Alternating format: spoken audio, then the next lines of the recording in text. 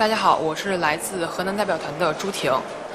去年呢，我们以全胜的战绩蝉联了世界杯的冠军，也得到了全国人民的褒奖和肯定。我知道这不仅仅是因为我们又拿了一个冠军，而是大家知道中国女排这一路走来其实是很不容易的。在5月22日，2020年全国两会首场代表通道开启。全国人大代表、中国女排队长朱婷向大家讲述了她所理解的女排精神。女排精神一直都存在的，有时候我们明知道得不到冠军，我们也会竭尽全力，不在乎胜负，这种信念一直都在，从来没有改变过。这是不是你第一次去在这样的一个场合，面对这么多的记者，在这么一个庄重的环境下去发言呢？确实是第一次，因为人生中有很多的第一次，我觉得咱这一次是非常有意义的。然后我在代表通道能够代表我们中国女排去讲述我们中国女排的故事，然后分享给大家听。我觉得这个对我来说，可以说这个第一次是意义非常非常重大的。你在上场之前有多少时间让你做上场准备？我自己把稿写下来的时候，应该是2天前，然后对着镜子啊，自己演练几遍，也希望能够自己表达的更出彩吧。因为我是排行第6个发言的，所以在前面的时候，也是在自己心里就是默念了一下，然后也自己也是过了一下吧。我觉得，准备的还算是充分的。准备充分归充分，但是等待，说是轮到你上场了，这个等待的时候，心里紧张不紧张？是的，等待的时候是紧张的，因为看到前面的代表在发言的时候，自己心里还是确实砰砰乱跳的。但是真正等到自己上场的时候，我觉得是跟打比赛一样的。当你站到场上的时候，那就已经不紧张了。相对于两会上的人大代表，人们更为熟悉的朱婷是在排球场上。从2013年进入中国女排国家队以来，朱婷以中国女排绝对主力的身份2次夺得女排世界杯冠军和里约奥运会冠军。作为中国女排最有力的得分利器，朱婷多次被评为赛事最佳主攻和最有价值球员称号。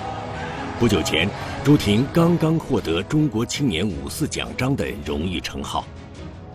因为你作为公众人物的话，受的关注确实会比较多，但是我觉得还是像郎导所说的，做好自己的本职工作。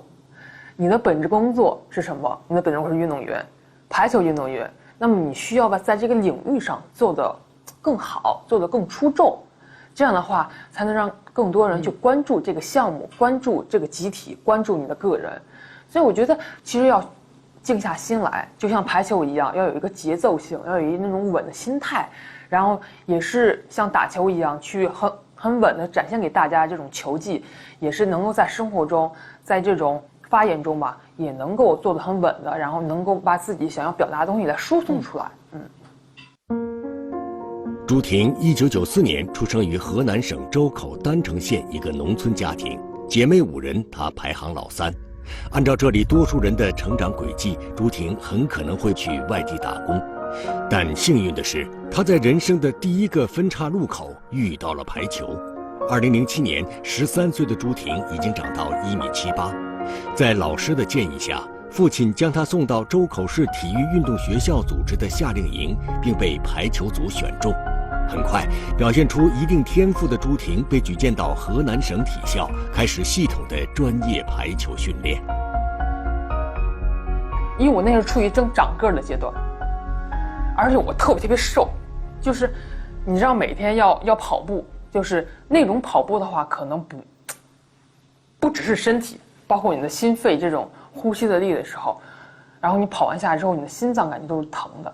但那个时候感觉就是说，我一下子没有接触过这种，我不知道我每天要练球的同时，我还要跑步，我还要练一些滚翻，练一些倒地，然后再加上我比如说一些，因为我确实跟我父亲比较亲，再加上我是个女孩，我觉得偶尔这种撒娇或者一些矫情一下，可能会得到安慰，或者是我父母会来看看我啊之类的，我会有这种想法当时。但事实上呢？没有。你觉得他们是狠啊，心狠不狠？我妈是说你去看看孩子，他一个人在郑州是吧？还那么小，才13岁。我爸说去看，然后有时间就去看。这个有时间，就在我父亲眼里哈，永远就没有时间。就他1年下来，也顶多就1次，别的孩子家长就可能1月就来1次。他不疼你吗？还是说他因为疼你才这样？我当时理解他不够疼我，不够爱我，但是后来现在长大了，就跟爸妈去聊这事儿。我爸说：“是，你看到是平常家的孩子都过去了，但是平常孩子能像你现在这样吗？”我开始不太，我说为什么这么说？他说：“如果我当时真的去看你了，那你真的我和大部分的家长都是一样的，那你和大部分孩子也都是一样的。”后来我说：“我爸你挺聪明的。”我爸说：“这不是聪明，这可能就是说。”当时忍一下就过去了，如果我真的来看你了，那可能就成为一个循环了，我就每月甚至2个月来看你1次了。你爸爸他这么要求你能坚持能忍，他自己是这样吗？绝对是这样的，他能把我们每个孩子养这么好，我觉得我爸挺牛，真的，特别的，真的很牛的。他的这个性格在多大程度上遗传到你身上了？我理解为90%都有了。首先就是一个坚韧这个性格，我觉得我很好的遗传到自己身上了。由于天分高、训练刻苦，朱婷很快成了训练队里拔尖的孩子，进而入选河南省女排，并在2010年和2012年先后入选国家少年队和国家青年队。2013年4月，郎平出任中国女排主教练，将朱婷列入国家队大名单。回望过去，朱婷说，有2段相遇是她人生的关键节点，一个是遇见排球，另一个是遇见郎平。首先呢，郎导是我的恩师，我始终认为，如果没有郎导，我可能，大家也可能不会看到现在的朱婷。所以，如果有困难或者有什么开心的事，很多事吧，我觉得都会给郎导去说、去商量、去分享。你会跟你妈妈说，还是会跟郎导说？我会跟郎导说的会更多一些，因为我觉得每天的生活都跟郎导在一起，很多的事情吧，我觉得给郎导说完之后，能够得到更直观的，然后去这种感受吧。我觉得对我心里来说是这样的。恩师是第一层，还有其他关系吗？我觉得更像父母，因为郎导的孩子跟我们浪跟我们年龄都差不多。其实我们现在来说的话，陪父母的时间都很少，一直都在训练，所以间接的也表达了，就是说我们和郎导待的时间是非常多的，所以这种感觉很像父母。有朋友的关系吗？有啊，比如说我们买一个什么东西，我们会分享，什么郎导有时候会什么网购之类的，也会让我们去帮忙，然后也很好玩。朱婷，你在心里面是怕他，还是说爱他，还是说依靠他？我觉得更多的是尊敬。我觉得这个尊敬的层面会有爱的在里面，爱的成分在里面。我并不怕郎导，因为我觉得郎导他是很严格的在球场上，但是我觉得因为严格，他是对我们的一些要求，也对我们的负责，也是让我们成为更好的运动员。But Zhu Ting has just made such an impact since she's been brought on.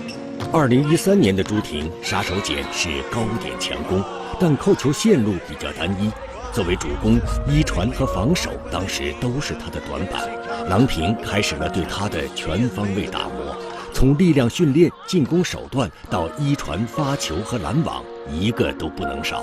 为了把朱婷打造成一个全面的攻手，2014年瑞士女排精英赛，郎平安排朱婷主接一传。无论当时朱婷的一传接得如何糟糕，郎平都没有换人或者改变一传体系的意思。所以大家都觉得说啊，郎导就不应该让朱婷去更多的去练一传，让他增强他自己的强项，那就是进攻。其实我不这么认为，我觉得这是郎导在对我的帮助。从现在来看的话，我觉得郎导的做法是非常正确的。你看现在的我也能垫，然后也能去扣，也能去拦。相对大家不会再想起14年的时候说啊，朱婷真的那时候，遗传那个环节是很被动的。那现在的评价朱婷会说，哦，朱婷现在慢慢的会全面了。这就是木桶理论，真不是最高的那一个板，而是最低的这个板才决定了你的真正的水平。对的，其实就是木桶效应，你的高再高，但你的短再短的话，你的容量确实是很小的。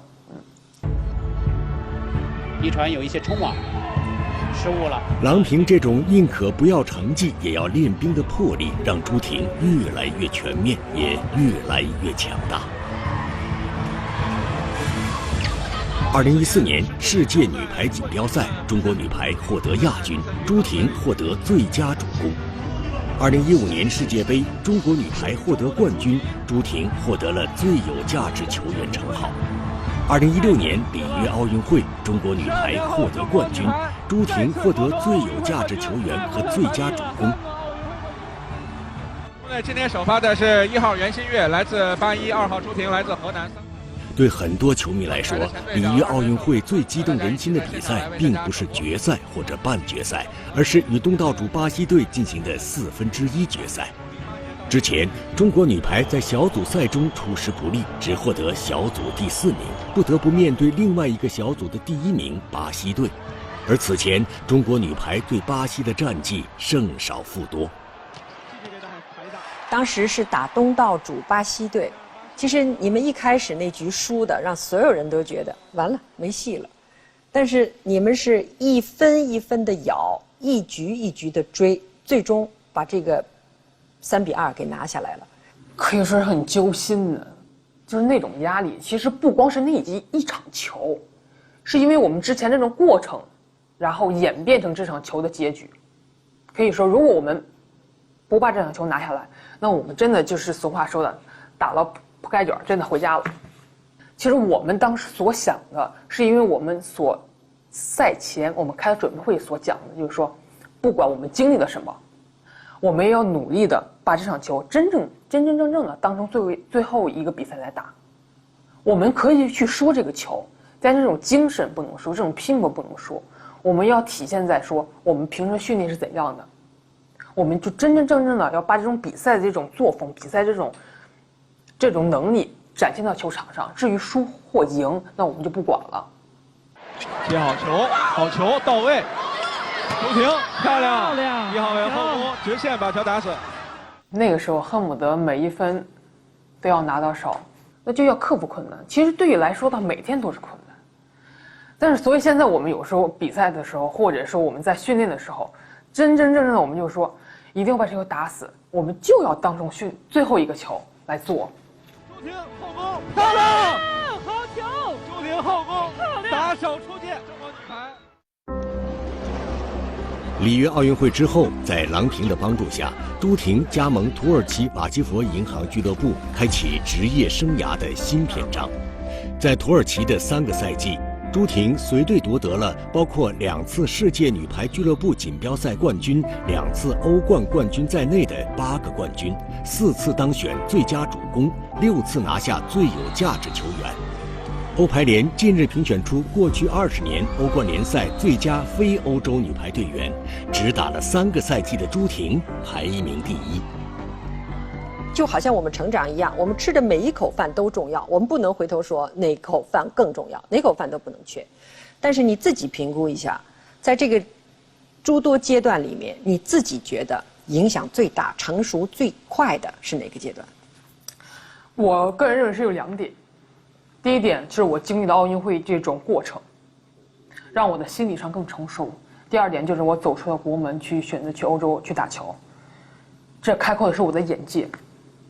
因为之前大家也知道，我可能朱婷不是很善于去表达，可以说是偏内向的一个孩子。但现在他们就说朱婷这2年从国外回来之后有所改变，就是很健谈了，就愿意去表达了。因为我接触的环境是因为他们都是那种很开放的那种心态，所以我觉得是对我来说，从性格上有一点改变，也是对我在球上的一种认知和这种看了一些先进打法，这种理念是一种很好的就结合起来了。那么反过头来，你经历的这一些会对你打球，会对你得分，会对你赢带来什么影响？俗话说，你兜里有钱啊，你出去玩，出去买衣服、买东西，你不紧张，那是因为你兜里有物质的东西。我觉得同时是因为你在训练中，你在平时生活中，你内在有，你训练过，我这个球我见过，啊，这个球我之前打过，所以我见识到了。可能在碰到相应的球之后，会给自己内心说，没事儿，就是没事儿。如今，在中国女排这个光荣的集体里，朱婷担任队长，也是当之无愧的场上核心。在很多的重要比赛中，朱婷经常能在球队处于困境的时候挺身而出，担当起中国女排的定海神针。2019年世界杯，以朱婷作为队长的中国女排以11连胜夺得冠军。国庆节当天，女排姑娘们挂着金牌参加了庆祝中华人民共和国成立70周年庆典。对于朱婷来说，这又是一次超级震撼的大场面。这个责任有多大？因为你是她的队长。我觉得很多人问过我这个问题，但是我觉得这种压力我肯定是要顶下来的，因为你作为中国女排队长，再多困难你都要去顶。我会尽我现在所有能力去做，然后所有的一些技术水平展现在场上，为中国女排，为我们女排这个集体做更多的贡献，赢更多的球，拿更多的冠军。我相信你成为一个现在这么优秀的运动员，一定是付出了比别人要多很多很多的苦。从小到大，我不相信说你一直能坚持，一定是从小到大有坚持不了的时候，有吧？确实，那么长的时间，如果你说如果我自己告诉我一直坚持了，我自己都不相信。所以怎么说呢？就是说，会偷懒运动员也是好运动员，和你一直专注在你的运动成绩上，我觉得是不冲突的。因为什么？我觉得就是我刚才说的调整，我觉得调整很重要。这个所谓的调整呢，不能理解为是那种偷懒啊，或者我觉得可以是一种生活，或者是对排球一种调剂。你比如我，大家都知道啊，朱婷是个睡神，说朱婷一有时间就睡觉，但是他们呢，比如说去看电影、去唱歌，对他们来说是舒缓压力，但对我来说的话，我有时间，更多的时间我就去休息，我需要让我这个地方休息，同时包括我的身体休息。虽然已经是体坛巨星，但朱婷内心深处时刻都保持有危机意识。我曾经看过你接受很多其他的媒体的采访，你一直吐露出心里面的一个隐隐的担心，这是你小时候的刚进国家队的时候的担心。你觉得国家队无论是从哪个方面对你来讲都是一个很大的平台，这是一个很高的台阶，你上去了，但是你不想下来。现在你已经是这么的成熟，而且是在世界的排球这个领域上的位置是这么稳固了，在这样的一个前提下，你还会有刚才的那种担心吗？会有，就是我不知道其他运动员的心里是怎样想的，但是对我来说一直都是有的。就是我的这种担忧呢，我觉得更多来自于伤病，其实包括一些年轻的运动员给的一种冲击。应当说，也不是老队员，也不是新队员，你是一个中生代的运动员。那么在你心里，如果我们用后浪和前浪这样的定义的话，你更觉得把自己看成是前浪还是后浪？我希望我一直都是奔跑的前浪。奔跑的前浪怎么讲？怎么说呢？不能首先作为竞技体育吧，这些你要保持你自己的优势。如果你要停止的话，那么你可能会被超越。我觉得在自己一些能力上允许的前提下吧，我会稳稳的就那种跑，既不是前浪，又不是后浪，你给自己的定义叫做奔跑的前浪。我永远在运动中，我不会让后浪超越，但是我要引领后浪去怎么往前走。对，因为女排的精神也是做好传帮带嘛，也希望我们女排的精神，然后一代代传承到我们接下来这一代后面，所以我们也是希望能够做一个很好的传承。那么借这个道理呢，也希望自己能够更好嘛。从球场到会场，全国人大代表朱婷表现出另外一种成熟与干练。基于在土耳其女排联赛3年的见闻和思考，朱婷提出了推进体育教育关口前移，让体育教育从学前儿童抓起的建议。作为一名职业运动员，即使在参会期间，朱婷也在保持着身体训练。我在看你的资料里面，我特别喜欢在13年的时候，那个时候你19岁，然后到这个国家队刚刚进入国家队的时候，是郎导把你要拽到镜头前，你在镜头前的时候，2个手在背后面还蹬自己的衣服，这笑还是要这样笑。但是跟现在相比，那是13年，短短的7、8年的时间过去，你完全变了一个人了。现在你看你在镜头前是多么的洒脱和自信，完全不是7、8年前的那个小姑娘了。所以时间能让人经历更加成熟。时间对你来说是什么？转变，一种质的转变。